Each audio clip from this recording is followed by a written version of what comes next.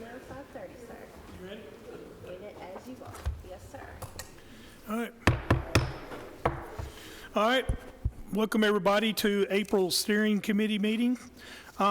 Before we get started, I wanted to tell the commissioners, I had gotten some reports back and on our opioid department, and I want to announce that our opioid overdoses, Commissioner Reed, which he knows, is down 52%. So I think that's amazing, and that's something that I'm very proud of, and we'll continue to do our job in that, and we'll continue to let you know how it's going. Let's get to our agenda. First thing I need to do is approve the minutes, so I'll call on Chairman Reed. Mr. Chairman, I've read over the minutes. Did not find any problems there, and I move for their approval. All right, got a motion, got a second? Second. Got a second. All those in favor say aye. Aye. Opposed? Let's move on. Is there any public comments? No public comments. All right, commissioners, we need to confirm Melinda Black for the farm woman vacancy on the Agriculture Advisory Board, a 2-year term, January 2025 to January 2027. Her application is on the SharePoint, and if there's any questions, I need to entertain a motion to approve. Mr. Chairman, I move for the approval of Melinda Black. I have a motion. Do I have a second? Second. I have a second. All those in favor say aye. Aye. Opposed? All right. Next, we need to confirm Robert Canterbury for the farm man vacancy on the Agriculture Advisory Board, 2-year term, January 2025 to January 2027. His application is on SharePoint. I will entertain a motion. Motion to approve. That motion approved. Got a second? Second. All those in favor say aye. Opposed? Let's move on. I need to announce one Planning Commission vacancy to fill retiring member's seat. Term expires August of 2025. All right. Next, we need to go to our lobbyist report, so I'll call on Denami.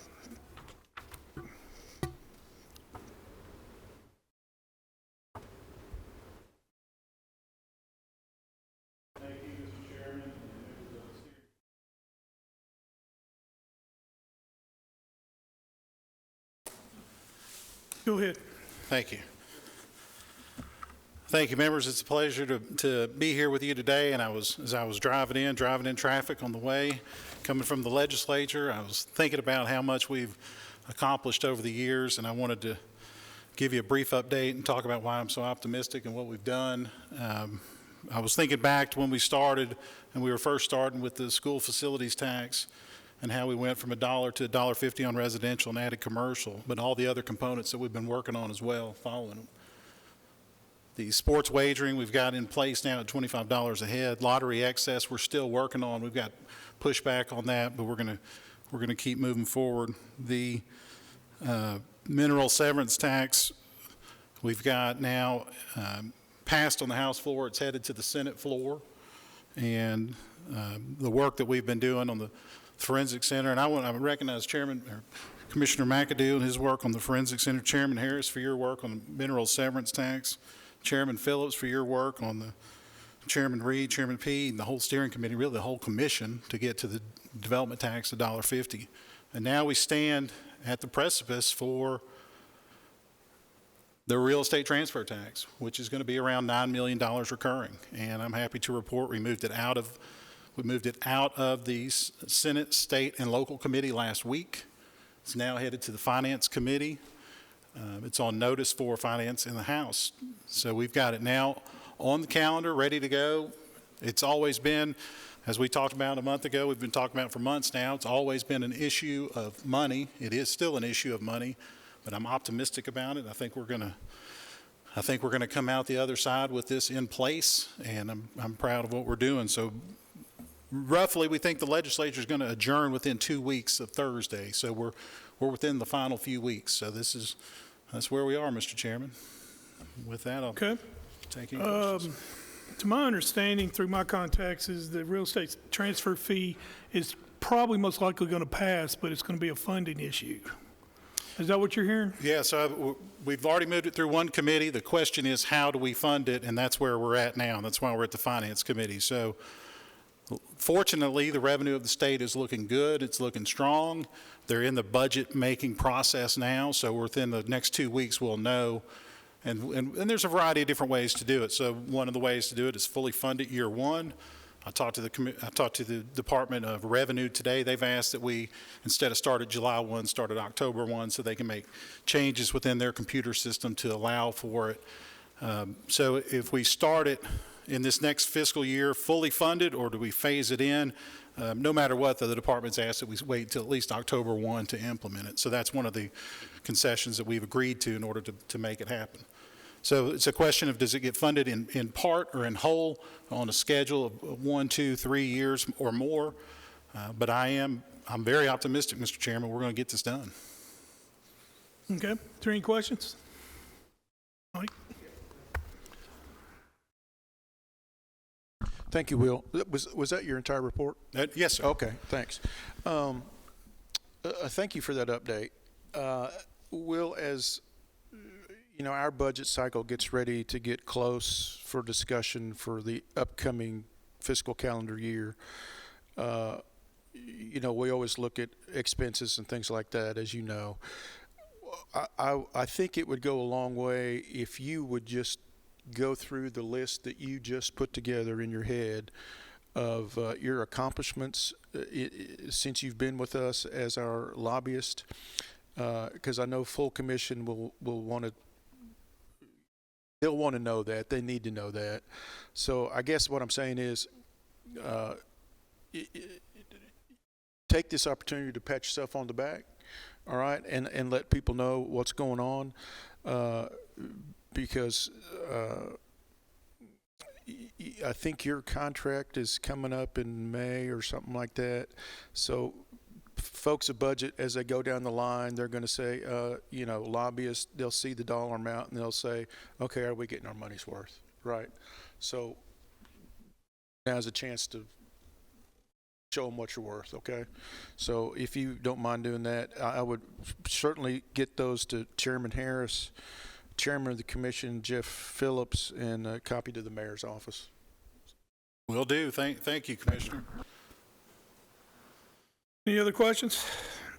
Commissioner McAdoo? Oh, no question. Okay. All right, thank you. Thank you. All right, next is our HR report. Sonya?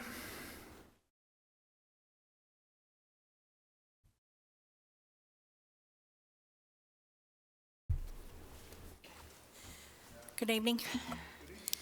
So I will start with the HR snapshot report. This is a recap, and remember, we're doing February because we don't have all of the March numbers in yet. So for ADA, we had 7 activities. Really, these were related primarily around people who are hearing impaired was the majority of the accommodations that we made. For personnel changes, we had 25 different changes, and we had 1 demotion, several promotions and transfers, 120-day reemployment, and that's for TCRS for people coming back, and then some public service loan forgiveness. Under the audits for recurring, we didn't do any audits this month. We do have an audit going to be in April for the remainder of our scanned documents that we're working on. Benefits, we had 21 different activities. Those are primarily around TCRS and Social Security, people wanting to do reviews of their accounts, getting, you know, if they're 1 or 2 years out, trying to get ready for retirement. So the majority of those are for that purpose. Community involvement, we had 9 different activities related to that. That's where each of us in the department try to get out into the community, whether it be to do mock interviews or whatever, that are community-based projects. Events and the number of participants, we had 1 event and we had 35 participants, and that was at the leadership. Once a quarter, we try to get all the leadership in the county together that report to the mayor and have a meeting just to talk about things that are going on in the county. Offboarding, we had 19 individuals offboarded, which means they either resigned or were separated from the county or retired. HRS maintenance, we had 329 activities remaining to referring to the maintenance of our human resource information system. One of the things that we utilized was for a survey that we did with all the employees, trying to be in there more, and that was where a little over 200 of our activities came from, was from that maintenance request.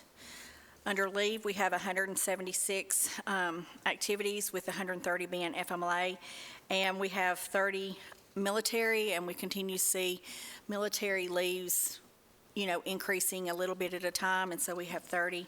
We've also got some other personal leaves and other activities that took place during the month. Legals, yes, sir? Sure.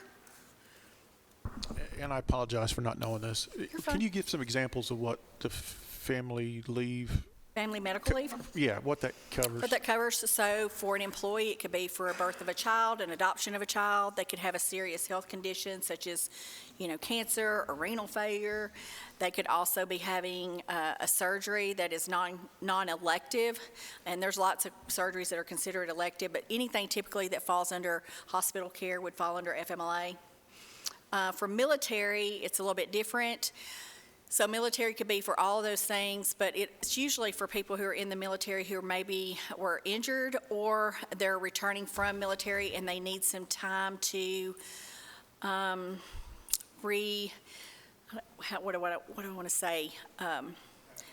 reacclimate. And then also, when somebody's going to be deployed for a long period of time, they call it the exigency leave, and that's where they're going to be away from their family for a long period of time, and they can take that time to be with their family. So it's not only for the veteran, but it's also if we have an employee who has a immediate family member who will be falling under the military leave plans for that reason, if that makes sense. You're welcome. Legal services, we had 8 different activities, and those are anything from an ADA, somebody who has an ADA concern or an EEO concern, personnel complaints, Title VI surveys, anything like that falls under our legal classification. Onboarding, we onboarded 261. We had 261 activities for new hires, salary evaluations, and this also included any volunteers that we had in the county that came on, board members, those type things. Policy changes, we had 34. We routinely look at job descriptions and handbook activities, and Nick and I work on handbook activities, it seems like every month, and so next month we'll probably be bringing you some of those as well. Promotions and activities, we had 18 different activities that we promoted, and this is outside entities that provide benefits to our employees at a reduced rate. So like Dollywood will send incentives for our employees to be able to use when it gets around Christmas time. That can't think of the Holiday World does Christmas activities that they'll give discounts for.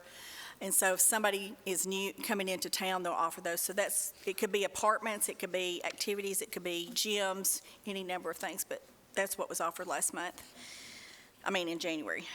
In February, excuse me, I'm sorry. Reports and surveys, we had 571. Of those, the primary reports were open records requests. We had 140 open records requests in the month of February that we processed in the office. We also did several background checks, new hire reporting, and of the activities, of the 140 records, myself, Lindsay Cooper in my office, who's the assistant director, does the initial review on personnel redactions, and then as a follow-up, I go back up and review them just to make sure we're not releasing information. So I had 60 of those in the month of February that we had to review. Recruitment, we had 1,496 activities, the majority of those being for applications received, which was 476. We sent 138 declination letters. 168 interviews were conducted. We had 38 job postings and 152 social media posts for recruiting efforts. Special projects, we had the primary one is the budget preparation, which that will be coming to y'all soon. Of those activities, 1,819 of them were salary reviews for all the employees in the county. Evaluation and testing, we had 111 activities, and that is anything from a fit for duty, their MMPI for a law enforcement, physicals, and we do the firefighter physicals, which we did those back in January, but those are one of our biggies for that. And pre-employment screening, so all the screenings for the new hires and some of the follow-up screenings are what is included in that line. For Title VI, primarily this is when we're giving assistance, language assistance to those individuals within a courtroom setting, but we also translate any forms, posters, materials that any of the departments need. So we had several of those activities. We provided services for 231 different people, with the majority of those responses being 183 in Spanish, and then there were other various languages. We had Arabic, Laotian, Ga, some of the ladies, Kurundu, and several other languages. But we've got several languages that we service here in Rutherford County. Training, we had 225 individuals trained in the month of February on business ethics, drug-free workplace, sexual harassment, Title VI, ADA. That's just to name a few of the training classes we have. So that concludes the HR snapshot. Are there any questions regarding this? No? Okay. Then we'll move on to the next one, which is the job postings. These job postings were the ones posted as of February 28th. Tells what departments posted a position, how many positions each department posted, and then over in the right-hand column, it actually lists the jobs that were posted, whether or not that posting is still an active posting, the start date and end date of the posting, and at this snapshot in time, how many people had already applied for that posting, and then if anybody had been hired as a result of that posting. We've added that column in for you, so it kind of gives you an idea of the number of applications that we're receiving and how often we're posting the positions. Are there any questions regarding that? Okay. The final one is the full-time vacancies. This list is broke out by department and by position, and it also tells you when that position number became vacant.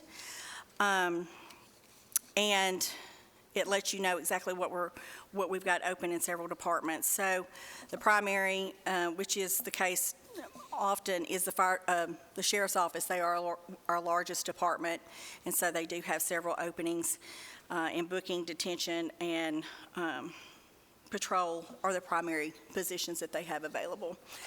I did have a spreadsheet for anybody who wants this afterwards. I didn't think to do this sooner, but I was just kind of looking to see what you might want to know, and I did a spreadsheet of those positions, the number of positions that we have a bunch in, to let you know how many positions we had posted for that position and how many applications we received and how many people were hired out of that position since the dates that were listed on here for the vacancy. So if it had a vacant and a date, we pull the job postings for that to show you how many applications we received and how many was hired from that.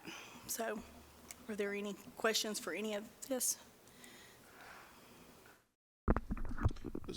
Sonya, the property assessor, looks like there are 4 current vacancies. Am I reading that right? I believe you're right. Yes, sir. Is that number kind of average? Is that high, low? Those have been vacant for most of this year, and I think it's more of a budgetary thing because in his budget, the commission gives him, I'll call it a bucket of money because that's what all finance people calls it, is a bucket. So they'll get their bucket of money and then they distribute that bucket to their employees how they see fit. And so this, I don't want to make assumptions, but it would be my guess, how about we say that, an educated guess, that the reason these aren't filled is because the bucket of money is currently being used, if I had to guess. It's a guess only.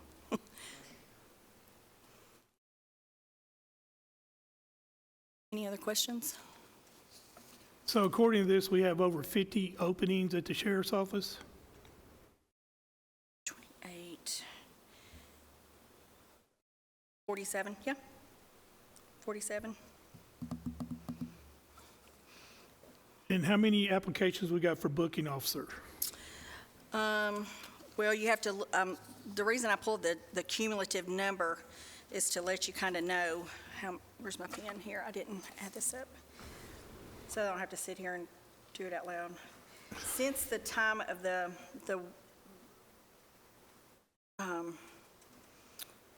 longest positions open, we've received,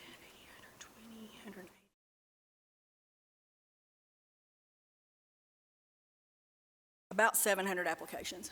Oh, good. Yep. So, but that's from the date of the longest application, the longest vacancy up until present day. And that's why I kind of did this, is so that you would see, like, how many applications are we truly receiving for these positions and how many are being hired from those positions, so. All right, is there any questions? Anything else, Sonya? No, sir. Motion to approve her reports. All right, got a motion, do I have a second? Second. All those in favor say aye. Opposed? All right, Thank you. thank you. All right, next on the agenda is litigation list. We have some on here. Also, is there any questions on any of these? Nick, I do have one question. Can you explain to me Patton versus Turner? I believe it's number 2. Yes, sir. That case has been going on for a couple of years because we were successful in getting the case dismissed at the district court level, and it has gone up on appeal to the Sixth Circuit. Unfortunately, the Sixth Circuit reversed and has sent it back down to the district court for further proceedings. It arises out of what's called the bond source hearing rule. That is a local rule of our court that requires that the source of money that someone is using to secure their release from a bond in a criminal proceeding be proven to come from a legitimate source. In other words, you don't want a drug dealer taking money from profits from selling drugs and using that to bond him or herself out. And the plaintiff in the case is alleging that that rule is unconstitutional. So like I said, we got it dismissed on certain grounds. It was appealed to the Sixth Circuit. They have reversed it, and so now it's back down here. We have other arguments that we'll be making on it, and we're still hopeful that we can get it dismissed, but we'll have to see where it goes. All right. Amazing. Nick, I'm going to take a personal second here and tell you there's 4 cases that you closed here, and I'm very proud of you. I think a lot of people in the county don't know what's going on except for this committee meeting, but there were 4 cases that were closed that were big cases for Rutherford County. So good job, Nick. Thank you, Mr. Chairman. All right, let's move on. We have other business. We have an item that came up, so I am going to turn this over to Nick. This is a MOU between the Tennessee Department of Veteran Services and Rutherford County. So I'm going to turn this over to Nick and let him explain it to you. Thank you, Mr. Chairman. So this is an MOU with the State Department of Veterans Affairs and our local county Veterans Affairs office. I don't know if this body is aware, but we have, I believe it's just a person, it might be 2, but we have a local county Veterans Affairs person here that assists disabled veterans with filing claims for VA benefits. And what this MOU is for is to establish a coordination framework between the state office and our local branch here to further assist disabled veterans in need of assistance in filing claim for federal VA benefits. I've looked at it. It came into the mayor's office recently, and that's why it wasn't able to get on your agenda. I advise that it should go through the commission for approval, and so that's what's before this body today. It's not a binding contract. It's just it sets out an MOU framework for the collaboration between the 2 entities. And contract's good, you already went over it? It's fine, and there's no money being expended on it. Okay. So do I have a motion to approve this? Commissioner McAdoo, Commissioner Johnson? I think can I do this yea or nay? All right, all those in favor say aye. Aye. Opposed? Any questions? Any other business? Mike? If you don't mind, I do have a question. Nick, I'm surprised, I guess, has there not been an understanding or a memo of understanding in place up to now? I'm not sure. This was the first that I had seen of it. I don't know how long our local county veterans officer has been in place. I think they've been in place for a while. And this could have been something that just fell behind the wayside at the state, and they decided they want to start getting these in place with counties, with the local offices. All right. Anything else? We're adjourned.